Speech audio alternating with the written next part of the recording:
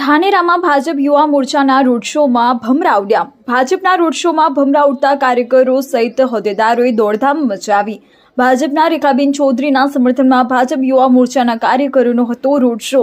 ભમરા ઉડતા કાર્યકરોમાં દોડધામ મચી અને બાઇક ચાલકો પણ રોડ પર વાહનો લઈને ભાગ્યા। વિડીયો સોશિયલ મીડિયામાં વાયરલ થતા કૃતૂહલ સર્જાયું।